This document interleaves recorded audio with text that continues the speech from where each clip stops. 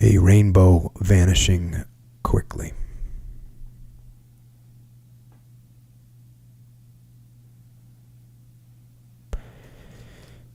And I guess that is what we all are. A rainbow vanishing quickly.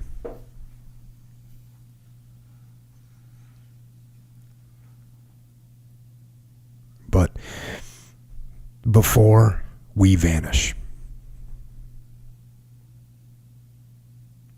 I say, shine.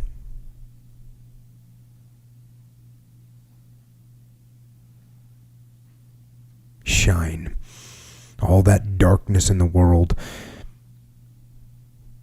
be the light. And be the color, be the good and the strong and the brightness that drives away the dark.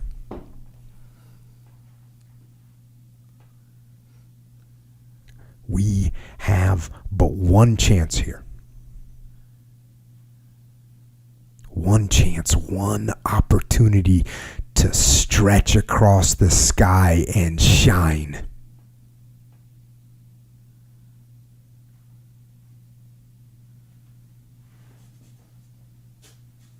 Value that. Value that. Value life. And know that the light will spread.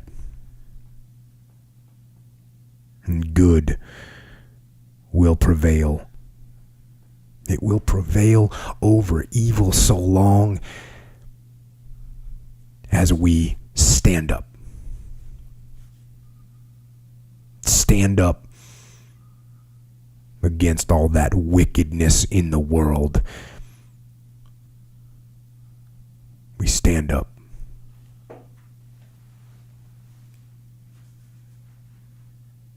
And shine.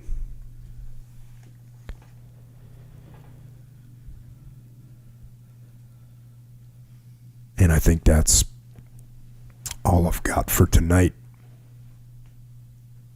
Echo. Yes. Why don't you go ahead and take the mic for a minute there?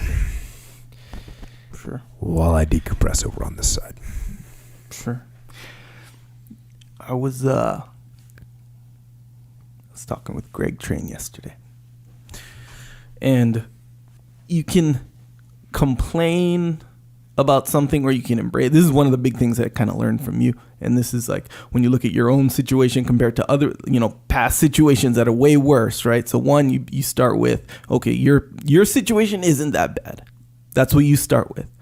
Then you go on to, okay, my situation, these are small, teeny tiny challenges that all you have to do is approach them in this way of like embracing it.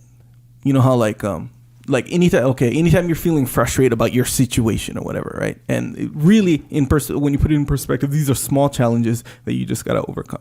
You take it on as, it's like, yeah, you want to put more work on my plate at work. Because I can handle it. Because I can handle it. Bring and it. I'll do it the best and watch me work, That is good and interesting. When we had Tim Ferriss on here, and when I did Tim Ferriss's interview the first time I was on his podcast, and it's the thing that I talked about when he came on here, he asked the question sort of saying, hey, how close do you get to the darkness before it consumes you? And I've talked about before, if you stare into the soul of a monster, you have to be careful because you might become a monster. Yeah. And so, I think, there's the drugs that she got put on obviously played a role, but she got in this world where all she saw was the bad. Yeah. And I think that to Tim Ferriss's point where he was saying to me like, hey, how often should I get close to the darkness? How often should I look at that? And, my response was, hey, in order to know the light, you got to know the darkness. But you can absolutely go too far in that direction. Yeah. And you can say to yourself, wow, the world is evil and everyone's evil. And underneath the surface, everyone could turn into this Imperial Japanese soldier and commit these atrocities. And that is what you absolutely, And I would say be careful. I don't know if that's the right word. I guess it is the right word, be careful. But to me, what you have to do is you have to balance it. And to me, as an American, man, there's so much good, right? I think that people generally get jaded to all the good that's out there. And that's why I say, hey, you know what? Look over here at the darkness.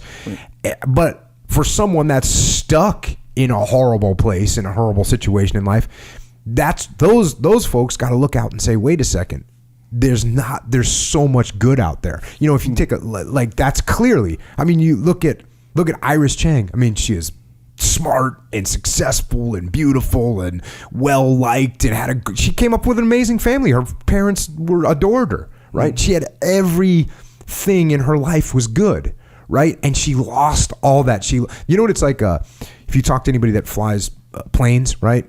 Mm-hmm. If you go into a cloud, you lose your orientation. It happens in diving too. Yeah. It happens when you're surfing. If you fall off a big wave and you're getting rolled around, sometimes it can be hard to tell which way is up, right? It can happen. You know, guys drive their airplanes, they get lost in a cloud, they drive their airplanes into a mountain, or they drive it into the ground because they get disoriented and they lose sight of which way is up, or you're underwater and you lose sight of which way is up. That's what you have to watch out for. You got to be able to say, wait a second, if everything is black around me, okay, stop.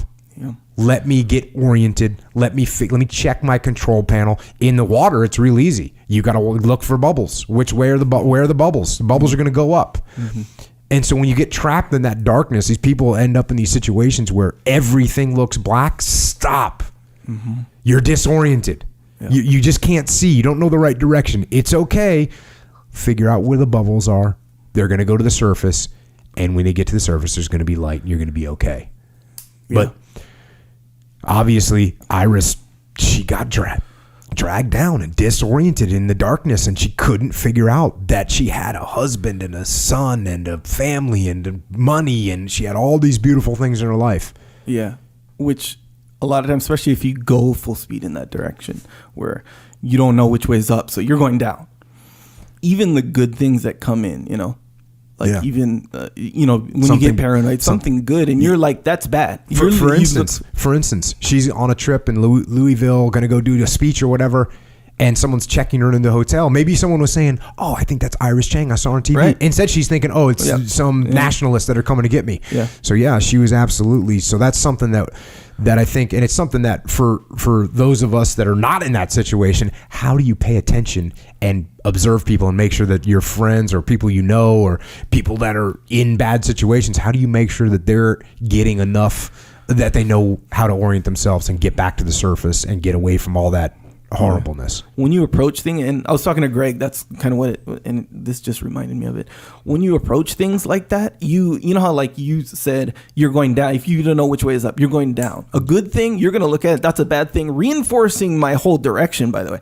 So if you approach it in a way where things that even would be frustrating to like an everyday person, if you approach it like good, I'm the one to do this thing. Bring the challenge, because the challenges are good. You know, if that's the approach, that'll reinforce that way of thinking. Yes. So you will be going, that. And really, when you explore darkness, that's not to embrace the darkness and be dark. Like I said, don't become the. That's basically you're trying to avoid ignorance. That's what you're doing. Yeah. Because you got no darkness. And it's a contrast. It's a contrast. Exactly, so you can see, okay, guess what? This and for this case, I mean, obviously, I pray I never have to read anything as heinous as that again ever on this show. Yeah, me too. But that happened. Yeah, right. That happened. Yeah, that happened. We should not. You shouldn't go through life and not realize that happened. Yeah, that happened to that human beings did that to other human beings. As horrible as it is. Yeah. You need to realize that is a part of our human history. So that way you can say, you recognize and say, okay, this can happen and we need to watch out for it. And so look out for your friends, keep them knowing that keep them knowing which direction they're heading in. And when you see someone going sideways, bring them, grab them. Especially with this is kind of it's specific to this story, but the drugs, you know, when you take medication, because that's a big one, man. It can mess up your even like how you said when you get off the drugs, right? You know, because these are all chemical things in your brain made for certain things, for sure. Know? So when that part goes sideways, you can't like reason necessarily with someone. You know, they can't reason with you. Can't reason with yourself. You know, stuff that would seem obvious. Hey, if I, you know, walk off this cliff, it's obvious that's bad. It doesn't really work that way if like your chemicals are off. Totally. You know? So yeah, you kind of gotta, you know, like look out for somebody if you can see that happening. Yeah, no doubt. And it's very interesting. The mind is so incredibly durable, but at the same time, it's just totally fragile. And some little change to the composition or to the chemicals that are in, or to the thought patterns that are in it, you know, can be really drastic changes on a person. Oh. Yeah. You ever have a real bad flu and a fever, and then you're trying to go to sleep? And then yes, I have. You know, and it's almost like a mix between dreaming, hallucinating, and like because man, it's like your thoughts are all jumbled up. You want me to tell you an echo story right now? Yes. This will be a stupid echo story. So brace yourself. Awesome. So story. I was like 23 years old or something, and I was doing the dishes. Speaking of doing the dishes, I was doing the dishes, and I turned on the water. And I didn't see what was happening, but this little stream, a tiny little stream of water had broken through the pipe at some point in the handle, and it started to land on my hand. Well, I didn't know that it was water, because it must have been like a similar temperature to what my body was at the time. And so I see this, and it looks for a quarter of a second, it looks like my hand is blistering. It's just, and it's spreading so rapidly. And for a quarter of a second, I thought to myself, I'm being attacked by chemical warfare, and I'm going to die in the next half a second. I'm dead. I think we were doing some chemical warfare training or whatever. And so at that moment, for about a half a second, I thought I'm about to die, and it only lasted about. Then I realized it was water, and I said, "Oh, cool." Let me finish the dishes. But my point is that mentally, what if, you know, a different situation, I could get locked into that mode. And when you see Iris going, "Hey, these people are coming after me," if you get mentally locked in that mode and you start seeing things that are that you start imposing or overlaying your reality over actual reality, you start augmenting reality yourself. That gets really, really scary. Yeah, like when you think someone's mad at you. Ever had that? You think someone's mad at you, so you're looking for all the little cues, you know? Dang, is this person mad at me, or are they not? And normal everyday stuff, you know? Why didn't she text me back quickly? Yeah, it took her 5 minutes. I know. Usually she puts a smiley face. No smiley face this time, you know? She hates you. Yeah, she's mad. I know she's mad. Something's wrong. But yeah, so yeah, if you have, meanwhile, they're like, well, I don't know what you're talking about. Yeah. You know? It's interesting.